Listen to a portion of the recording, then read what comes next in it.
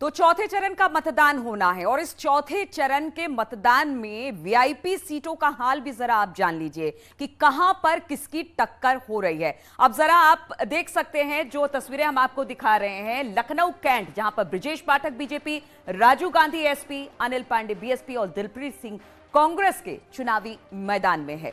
बात सरोजनी नगर, वो सीटें हैं जिस पर सबकी नजर है, यानी बीजेपी से राजेश्वर सिंह, अभिषेक मिश्रा एसपी, मोहम्मद जलीस खान बीएसपी और रुद्र दमन सिंह कांग्रेस की तरफ से चुनावी मैदान में अपनी किस्मत आजमाने उतरे हैं। वहीं लखनऊ पूर्व की बात की जाए तो यहां से आशुतोष टंडन बीजेपी से हैं, अनुराग भदौरिया एसपी से जो पहली बार उनको विधानसभा सीट पर चुनाव लड़ाया गया है, आशीष कुमार सिन्हा बीएसपी और कांग्रेस की तरफ से मनोज तिवारी चुनावी मैदान में उतरे दिखाई देंगे। तो ये बात हम कर रहे हैं लखनऊ पूर्व की सीट की। इसके बाद बात आती है रायबरेली सदर, क्योंकि रायबरेली लखनऊ के बाद आज सबकी नजर रहेगी तो वो सीट है रायबरेली, जहां पर अदिति सिंह जो अब तक कांग्रेस में रही अब बीजेपी के साथ हैं, यहां से चुनाव लड़ती दिखाई देंगी। RP Yadav SP, Mohammad Ashraf BSP और मनीष सिंह चौहान कांग्रेस से यहां पर चुनावी मैदान में ताल ठोकते दिखाई देंगे। इसके बाद बात आती है मलिहाबाद सीट की। मलिहाबाद सीट पर भी नजर डाल लीजिए, जय देवी बीजेपी से हैं, सोनू कनौजिया एसपी से, जगदीश रावत बीएसपी से और इंदल रावत कांग्रेस से चुनावी मैदान में आपको दिखाई देंगे। इसके बाद ऊंचाहार सीट की बात कर लेते हैं, जहां पर अमरपाल मौर्य जो बीजेपी की तरफ से चुनावी मैदान में ताल ठोक रहे हैं, तो उनके सामने मनोज कुमार पांडे एसपी, अंजलि मौर्य बीएसपी और अतुल सिंह कांग्रेस के जो उम्मीदवार हैं वो चुनावी मैदान में होंगे। इसके बाद हम बात करते हैं सिधौली की। सिधौली विधानसभा सीट का हाल भी हम आपको दिखा रहे हैं, वो चेहरे जो चुनावी मैदान में हैं, Manish Rawat BJP, Hargovind Bhargava SP, Pushpendra Rawat BSP और कमला रावत कांग्रेस से चुनावी मैदान में यहां पर नजर आएंगे। इसके बाद हरदोई सदर सीट की बात की जाए तो हरदोई सदर सीट में नितिन अग्रवाल, आप देख सकते हैं अग्रवाल बाहुल्य इलाका है और यहां से नितिन अग्रवाल को बीजेपी ने चुनावी मैदान में उतारा है।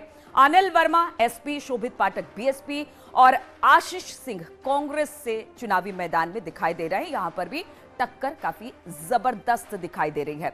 इसके बाद लखीमपुर खीरी चुनाव से पहले ही काफी चर्चा में रहा और यहां से जो उम्मीदवार है वो भी हम जरा आपको दिखा दें कि योगेश वर्मा बीजेपी से हैं, उत्कर्ष वर्मा एसपी से और मोहन वाजपेयी यहां पर बीएसपी से चुनावी मैदान में ताल ठोकते दिखाई दे रहे हैं।